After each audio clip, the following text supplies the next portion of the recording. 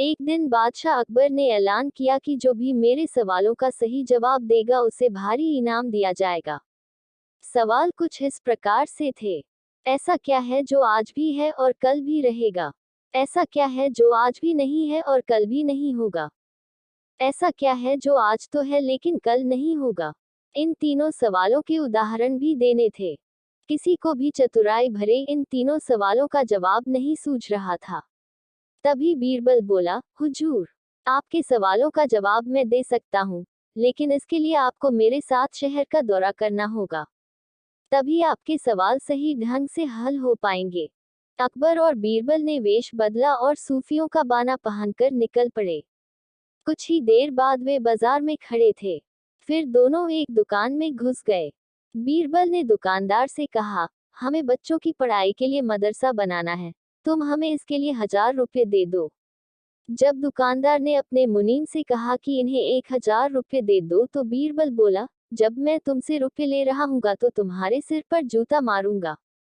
हर एक रुपये के पीछे एक जूता पड़ेगा। बोलो, तैयार हो? यह सुनते ही दुकानदार के नौकर का पारा चढ़ गया और वह बीरबल से दो दो हाथ करने आगे बढ़ाया।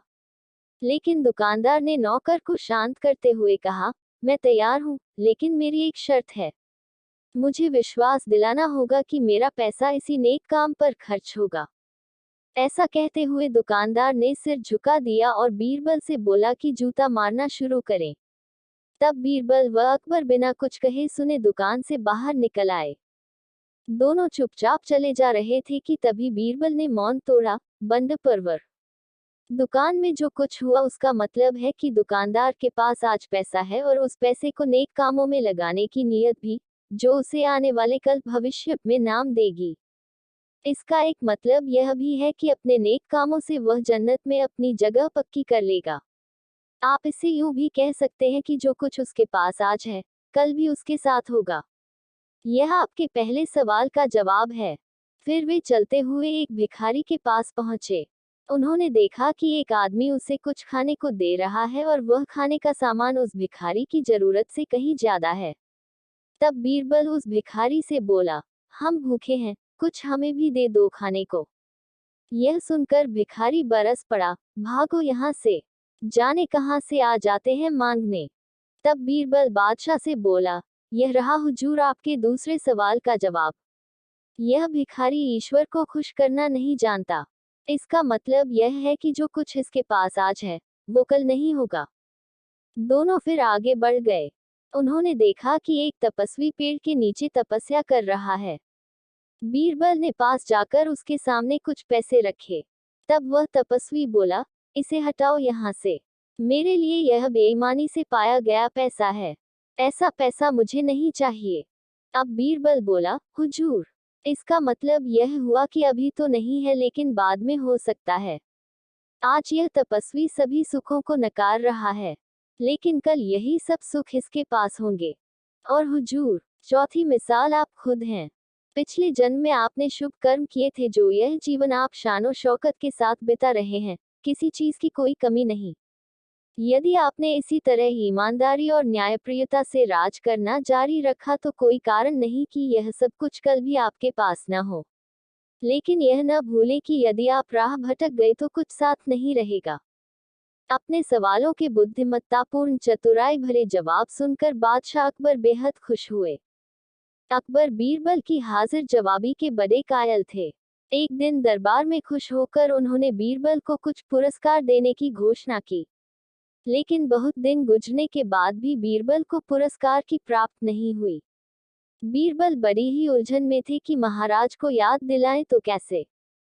एक दिन महाराजा अकबर यमुना नदी के किनारे शाम की सैर पर निकले।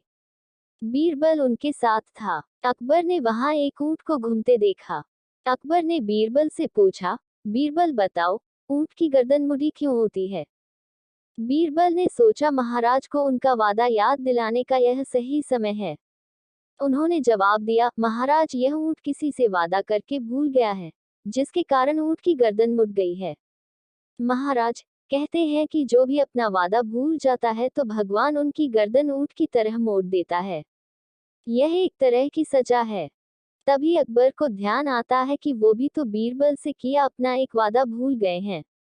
उन्होंने बीरबल से जल्दी से महल में चलने के लिए कहा और महल में पहुंचते ही सबसे पहले बीरबल को पुरस्कार की धनराशि उसे सौंप दी और बोले, मेरी गर्दन तो ऊंट की तरह नहीं मुड़ेगी बीरबल।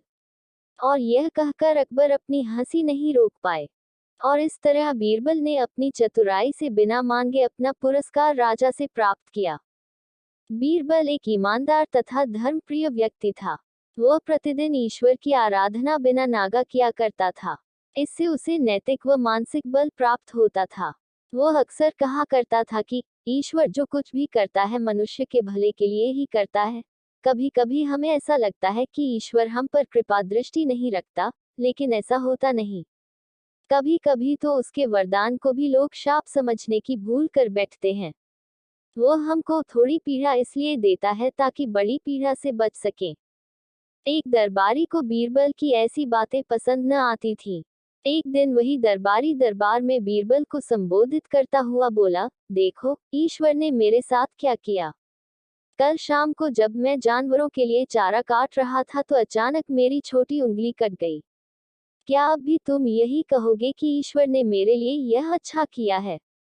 कुछ देर चुप रहने के बाद बोला बीरबल, मेरा अब भी यही विश्वास है, क्योंकि ईश्वर जो कुछ भी करता है मनुष्य के भले के लिए ही करता है। सुनकर वह दरबारी नाराज हो गया कि मेरी तो उंगली कट गई और बीरबल को इसमें भी अच्छाई नजर आ रही है। मेरी पीड़ा तो जैसे कुछ भी नहीं। कुछ अन्य दरबारियों ने भी उसके सुर में सुर मिलाया। तभी बीच में हस्तक्षेप करते हुए बादशाह अकबर बोले, बीरबल हम भी अल्लाह पर भरोसा रखते हैं, लेकिन यहाँ तुम्हारी बात से सहमत नहीं। इस दरबारी के मामले में ऐसी कोई बात नहीं दिखाई देती जिसके लिए उसकी तारीफ की जाए। बीरबल मुस्कुराता हुआ बोला, ठीक है जहां पनाह, समय ही बताएगा। अब 3 महीने बीत चुके थे। वह दरबारी, जिसकी उंगली कट गई थी, घने जंगल में शिकार खेलने निकला हुआ था। एक हिरन का पीछा करते वह भटककर आदिवासियों के हाथों में जा पड़ा। वे आदिवासी अपने देवता को प्रसन्न करने के लिए मानव बलि में विश्वास रखते थे। अतः वे उस दरबारी को पकड़कर मंदिर में ले गए, बलि चढ़ाने के लिए। लेकिन जब पुजारी ने उसके शरीर का निरीक्षण किया तो हाथ की एक उंगली कम पाई। नहीं, इस आदमी की बलि नहीं दी जा सकती। मंदिर का पुजारी बोला, यदि 9 उंगलियों वाले इस आदमी को बलि चढ़ा दिया गया तो हमारे देवता बजाय प्रसन्न होने के क्रोधित हो जाएंगे। अधूरी बलि उन्हें पसंद नहीं। हमें महामारियों, बाढ़ या सूखे का प्रकोप झेलना पड़ सकता है, इसलिए इसे छोड़ देना ही ठीक होगा। और उस दरबारी को मुक्त कर दिया गया। अगले दिन वह दरबारी दरबार में बीरबल के पास आकर रोने लगा। तभी बादशाह भी दरबार में आ पहुंचे और उस दरबारी को बीरबल के सामने रोता देखकर हैरान रह गए। तुम्हें क्या हुआ, रो क्यों रहे हो? अकबर ने सवाल किया। जवाब में उस दरबारी ने अपनी आपबीती विस्तार से कह सुनाई। वह बोला, अब मुझे विश्वास हो गया है कि ईश्वर जो कुछ भी करता है मनुष्य के भले के लिए ही करता है। यदि मेरी उंगली न कटी होती तो निश्चित ही आदिवासी मेरी बलि चढ़ा देते। इसीलिए मैं रो रहा हूँ, लेकिन ये आंसू खुशी के हैं। मैं खुश हूँ क्योंकि मैं जिंदा हूँ। बीरबल के ईश्वर पर विश्वास को संदेह की दृष्टि से देखना मेरी भूल थी। अकबर ने मंद मंद मुस्कुराते हुए दरबारियों की ओर देखा, जो सिर झुकाए चुपचाप खड़े थे। अकबर को गर्व महसूस हो रहा था कि बीरबल जैसा बुद्धिमान उसके दरबारियों में से एक है। एक बार अकबर और बीरबल बागीचे में बैठे थे। अचानक अकबर ने बीरबल से पूछा कि क्या तुम किसी ऐसे इंसान को खोज सकते हो जिसमें अलग अलग बोली बोलने की खूबी हो? बीरबल ने कहा, क्यों नहीं, मैं एक आदमी जानता हूँ जो तोते की बोली बोलता है, शेर की बोली बोलता है और गधे की बोली भी बोलता है।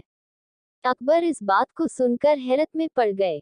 उन्होंने बीरबल को कहा कि अगले दिन उस आदमी को पेश किया जाए। बीरबल उस आदमी को अगले दिन सुबह दरबार में ले गए और उसे एक छोटी बोतल शराब पिला दी। अब हल्के नशे की हालत में शराबी अकबर बादशाह के आगे खड़ा था। वह जानता था कि दारू पीकर आया जानकर बादशाह सजा देगा, इसलिए वह गिड़गिड़ाने लगा और बादशाह की खुशामद करने लगा।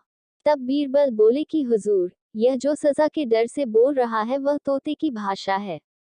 उसके बाद बीरबल ने वहीं उस आदमी को एक और शराब की बोतल पिला दी। अब वह आदमी पूरी तरह नशे में था। वह अकबर बादशाह के सामने सीना तान कर खड़ा हो गया। उसने कहा कि आप नगर के बादशाह हैं तो क्या हुआ, मैं भी अपने घर का बादशाह हूँ। मैं यहाँ किसी से नहीं डरता हूँ।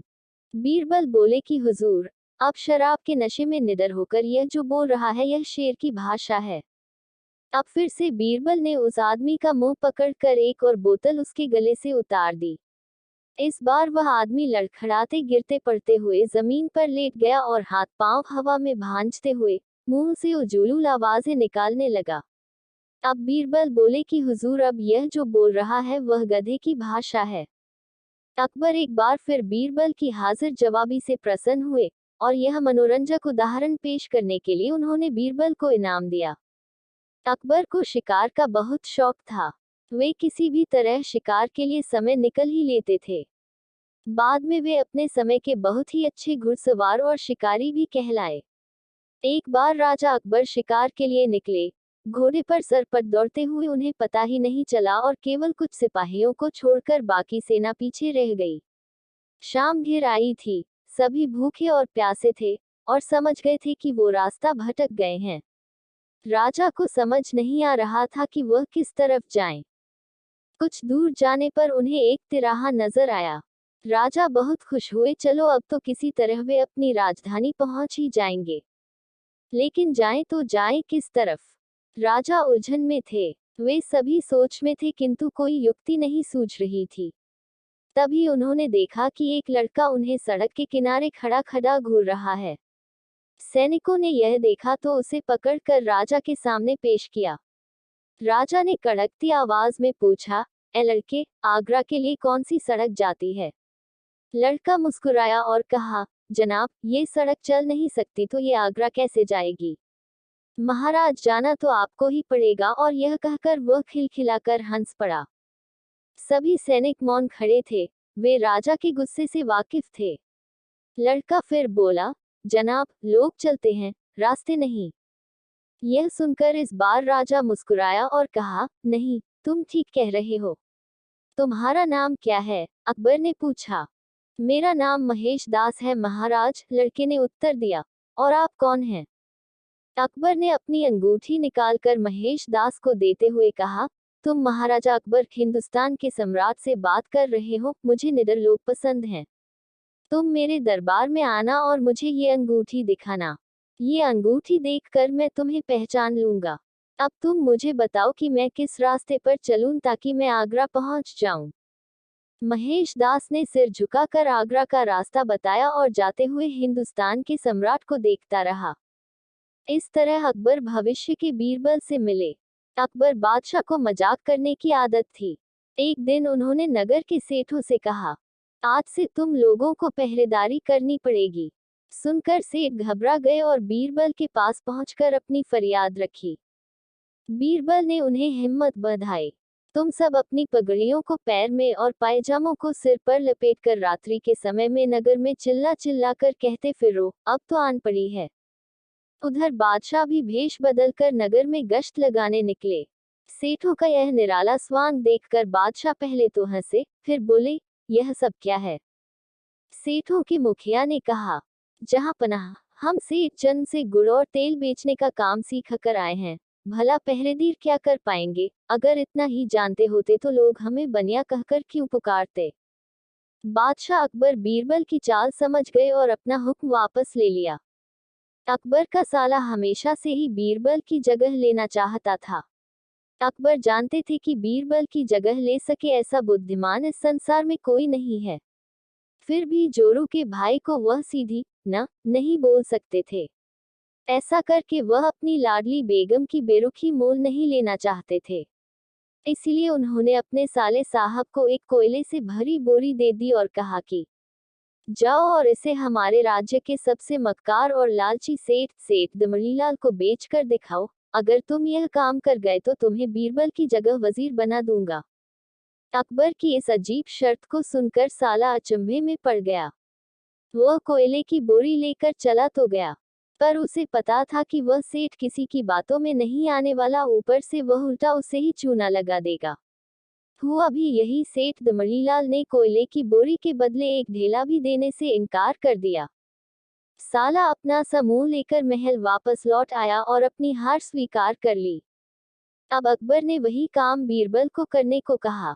बीरबल कुछ सोचे और फिर बोले कि सेठ दमड़ीलाल जैसे मक्कार और लालची सेठ को यह कोयले की बोरी क्या, मैं सिर्फ कोयले का एक टुकड़ा ही 10,000 रुपए में बेच आऊंगा। यह बोलकर वह तुरंत वहां से रवाना हो गए। सबसे पहले उसने एक दर्जी के पास जाकर एक मखमली कुर्ता सिलवाया, हीरे मोती वाली मालाएं गले में डाली, महंगी जूती पहनी और कोयले को बारीक सुरमे जैसा पिसवा लिया। फिर उसने पिसे कोयले को एक सुरमे की छोटी चमकदार डिब्बी में भर लिया। इसके बाद बीरबल ने अपना भेष बदल लिया और एक मेहमान घर में रुककर इश्तिहार दे दिया कि बगदाद से बड़े शेख आए हैं, जो करिश्माई सुरमा बेचते हैं, जिसे आंखों में लगाने से मरे हुए पूर्वज दिख जाते हैं और यदि उन्होंने कहीं कोई धन गाड़ा है तो उसका पता बताते हैं। यह बात शहर में आग की तरह फैली। सेठ दमड़ीलाल को भी ये बात पता चली।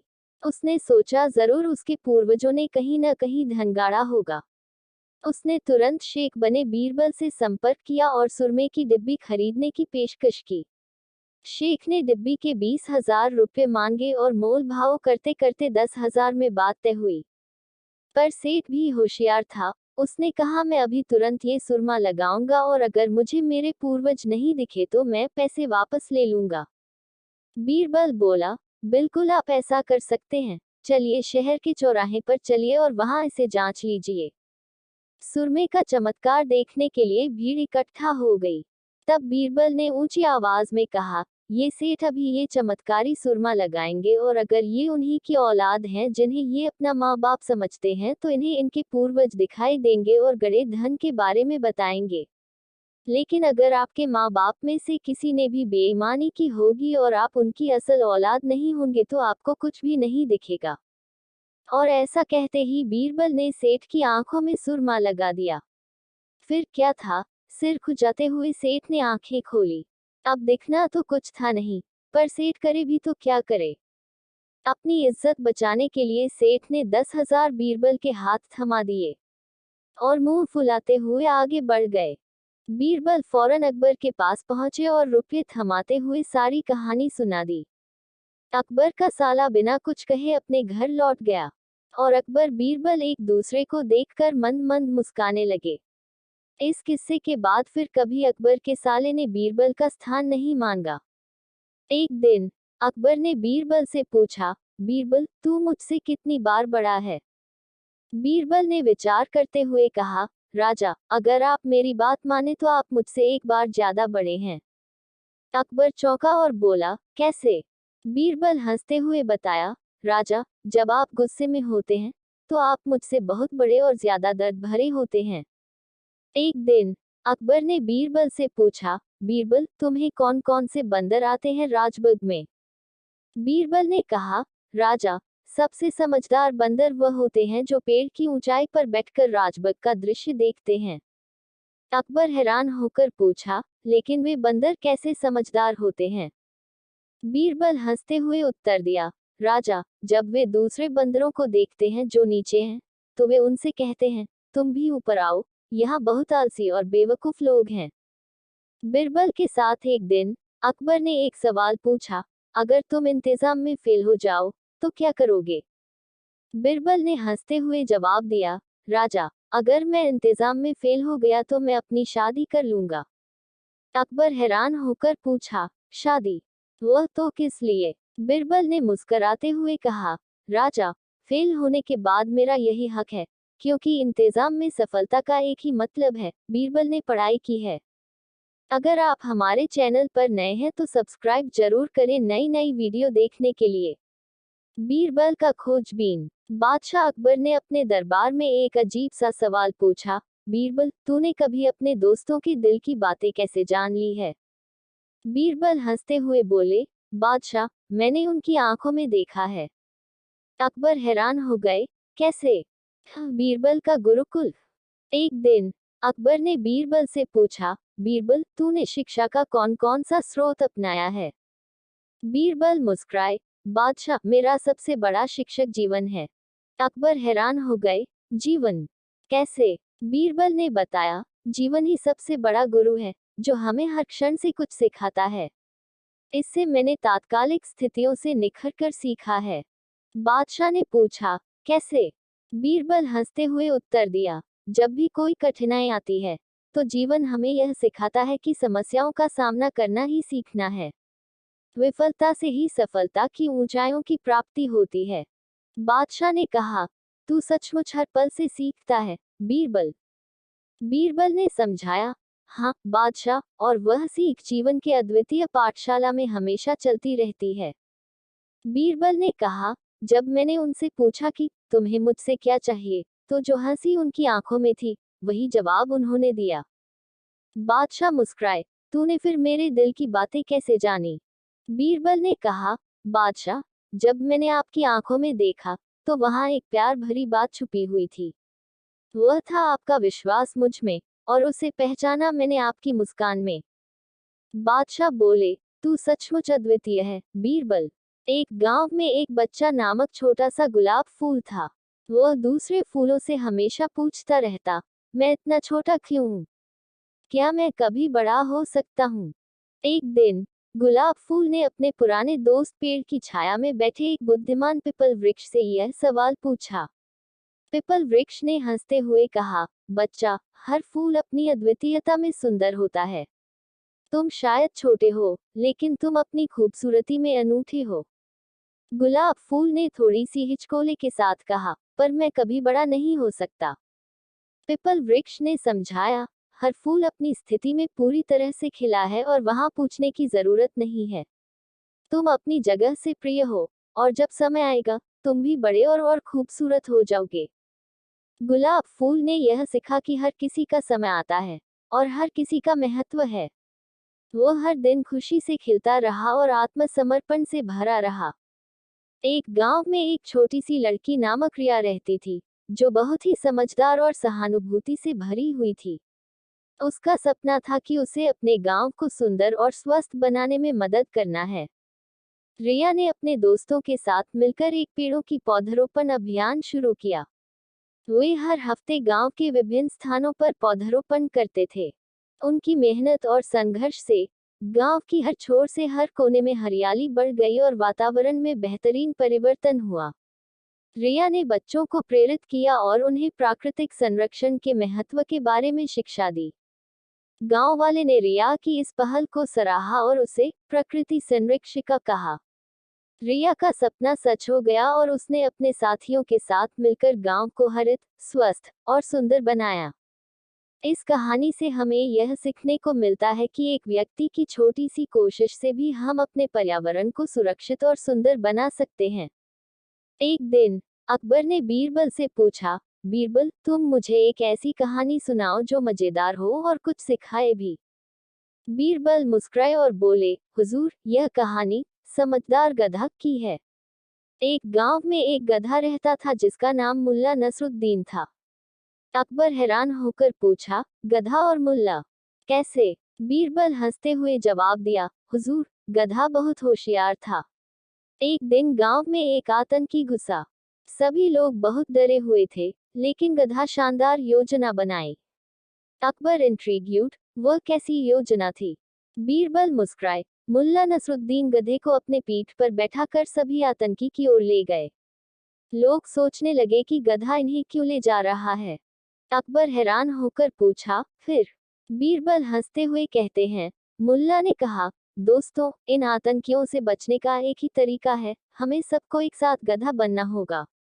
अकबर और बीरबल दोनों हंसते हुए मुस्कुराए, और इस मजेदार कहानी से उन्होंने सीखा कि कभी कभी हास्य भी सबसे बड़ा आतंक हो सकता है। बड़े शहर फतेहपुर सीकरी में एक समय की बात है। अकबर नामक सम्राट के दरबार में बीरबल, एक बुद्धिमान और विचारशील विशेषज्ञ थे। एक दिन अकबर ने बीरबल से पूछा, बीरबल, तुम्हें ऐसा क्या देखना पसंद है जो आम लोगों को नहीं दिखता? बीरबल ने मुस्कराते हुए उत्तर दिया, सम्राट, सबसे अद्वितीय दृश्य है लोगों की सोच और उनकी अद्भुतता। अकबर ने उससे एक कहानी सुनने को कहा। तब बीरबल ने बताया एक रोचक कहानी जो सोचने पर मजबूर करती है।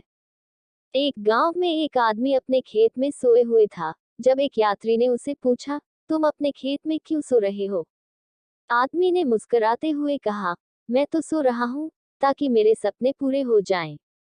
यात्री ने हैरान होकर पूछा, पर सपने तो सोने में आते हैं, तुम्हें खेत में क्यों सोना पड़ता है? आदमी ने हंसते हुए उत्तर दिया, सपने तो सोने में आते हैं, पर सोने के लिए खेत की खेती करनी पड़ती है। इस कहानी से अकबर ने सीखा कि अद्वितीय विचार और समझ समस्याओं का सही समाधान निकालने में मदद कर सकते हैं। एक दिन बीरबल दरबार में उपस्थित नहीं थे। ऐसे में बीरबल से जलने वाले सभी सभासद बीरबल के खिलाफ अकबर के कान भर रहे थे। अक्सर ऐसा ही होता था, जब भी बीरबल दरबार में उपस्थित नहीं होते थे, तभी दरबारियों को मौका मिल जाता था। आज भी ऐसा ही मौका था। बादशाह के साले मुल्ला दो प्याजा की शह पाए कुछ सभासदों ने कहा, जहां पनाह, आप वास्तव में बीरबल को आवश्यकता से अधिक मान देते हैं, हम लोगों से ज्यादा उन्हें चाहते हैं। आपने उन्हें बहुत सिर चढ़ा रखा है, जबकि जो काम वे करते हैं वह हम भी कर सकते हैं, मगर आप हमें मौका ही नहीं देते। बादशाह को बीरबल की बुराई अच्छी नहीं लगती थी, अतः उन्होंने उन चारों की परीक्षा ली। देखो, आज बीरबल तो यहाँ है नहीं और मुझे अपने एक सवाल का जवाब चाहिए। यदि तुम लोगों ने मेरे प्रश्न का सही सही जवाब नहीं दिया तो मैं तुम चारों को फांसी पर चढ़वा दूंगा। बादशाह की बात सुनकर वे चारों घबरा गए। उनमें से एक ने हिम्मत करके कहा, प्रश्न बताए बादशाह सलामत। संसार में सबसे बड़ी चीज क्या है? और अच्छी तरह सोच समझ कर जवाब देना, वरना मैं कह चुका हूं कि तुम लोगों को फांसी पर चढ़वा दिया जाएगा। बादशाह अकबर ने कहा, अटपटे जवाब हरगिज नहीं चलेंगे। जवाब एक हो और बिल्कुल सही हो। बादशाह सलामत, हमें कुछ दिनों की मोहलत दी जाए। उन्होंने सलाह करके कहा, ठीक है, तुम लोगों को एक सप्ताह का समय देता हूँ। बादशाह ने कहा। बादशाह ने कहा। चारों दरबारी चले गए और दरबार से बाहर आकर सोचने लगे कि सबसे बड़ी चीज क्या हो सकती है। एक दरबारी बोला, मेरी राय में तो अल्लाह से बड़ा कोई नहीं।